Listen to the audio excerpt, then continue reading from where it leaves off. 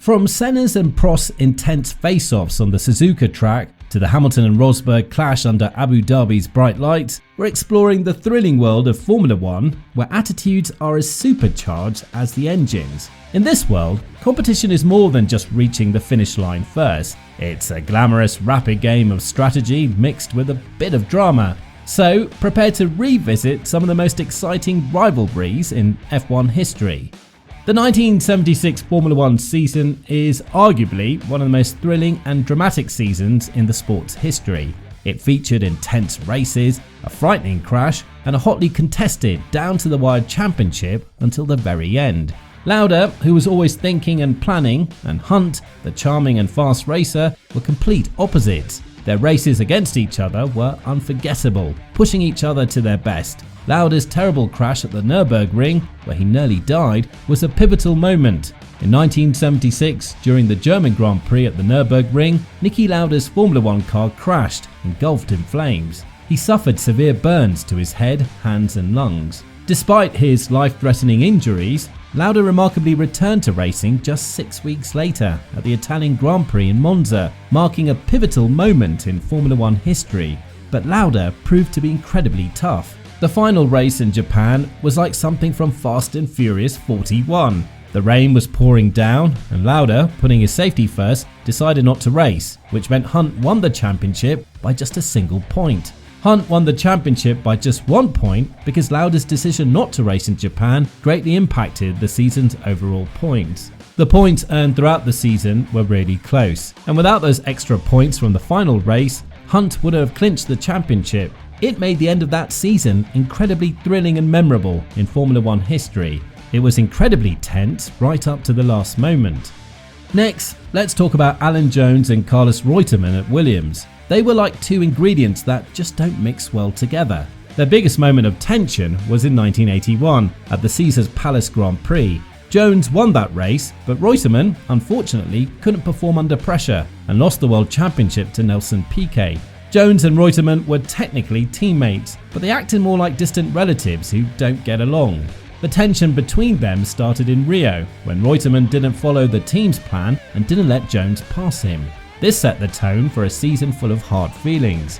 As the season continued, Reutemann seemed to lose his confidence more and more. After the British Grand Prix, he was incredibly nervous. In the final race, with the championship at stake, Reutemann didn't race well at all.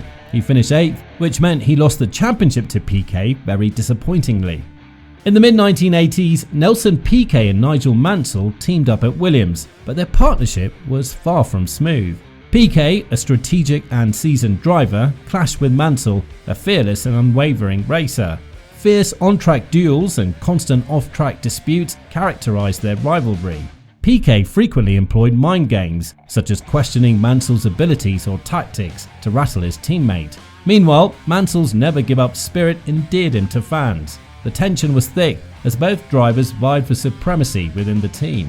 The 1986 season was particularly intense, with Nelson Piquet's seasoned approach clashing with Nigel Mansell's bold driving style at Williams. Their rivalry culminated at the British Grand Prix, where Mansell secured a thrilling victory before his home crowd, marking a defining moment. Ultimately, their intense intra-team competition divided Williams' focus, inadvertently aiding Alain Prost of the rival team McLaren in clinching the championship. Their rivalry was a classic example of two strong personalities colliding in the high-pressure world of Formula 1 racing. Now, let's talk about Ayrton Senna and Alain Prost, who were like the main characters in a thrilling drama at McLaren Honda in 1988 and 1989. These two were always competing, just like fire and ice, each trying to outdo the other.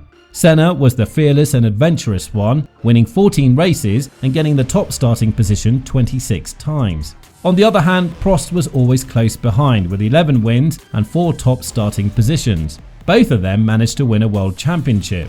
When Ayrton Senna and Alain Prost were teammates at McLaren, they both won championships. Senna grabbed his first world championship in 1988, while Prost won it the next year in 1989. Their time together was like a movie, full of drama and intense racing, each pushing the other to be the best. Then, things got even more exciting. So here's how it went down. After they stopped being teammates, after taking a break for a year, Senna went on to win 3 more championships, and Prost returned and won 4 championships. Their competition really heated up in 1988, when Senna joined McLaren and narrowly beat Prost for the championship. In 1989, their rivalry caused a big scene at the Japanese Grand Prix.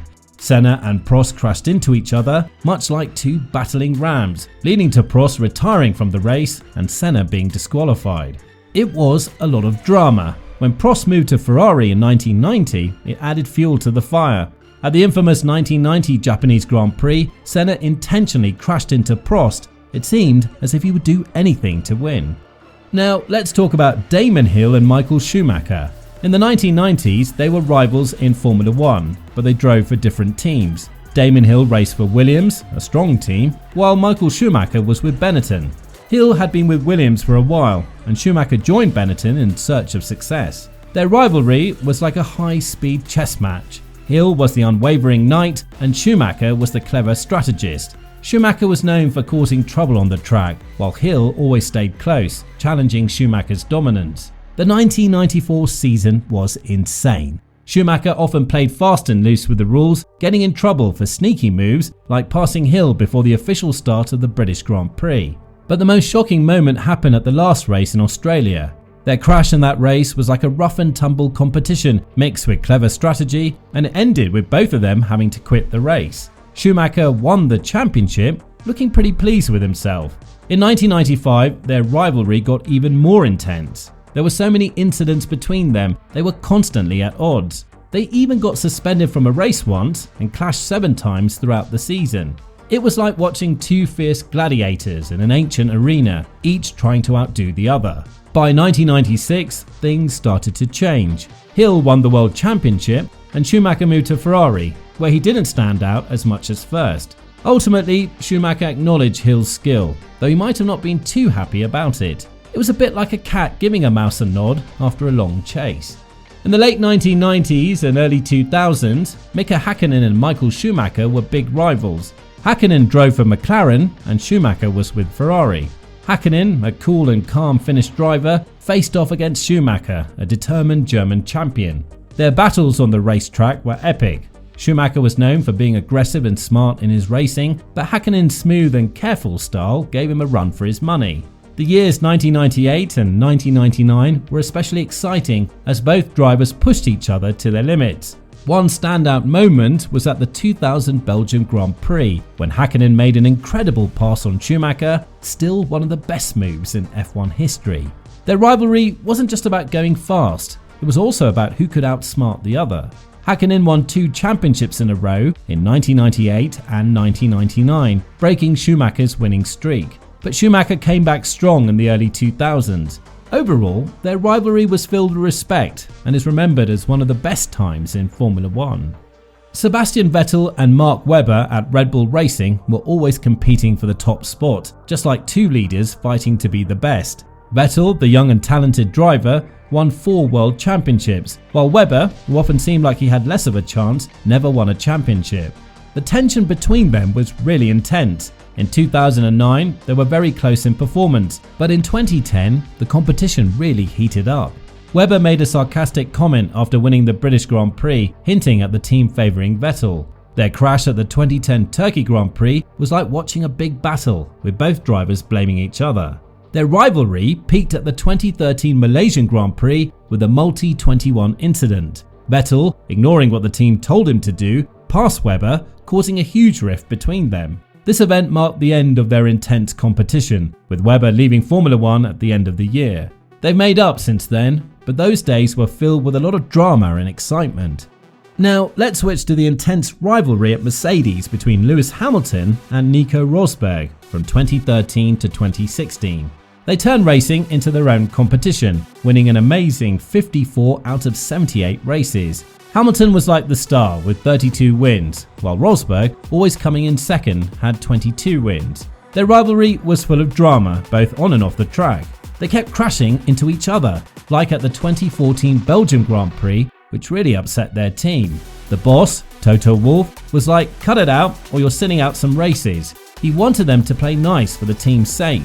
The 2014 Bahrain Grand Prix was super exciting, with Hamilton winning. But the real highlight was the 2014 Belgium Grand Prix, where Rosberg hit Hamilton's car, causing a lot of damage. Hamilton got his revenge by winning his second World Championship in Abu Dhabi.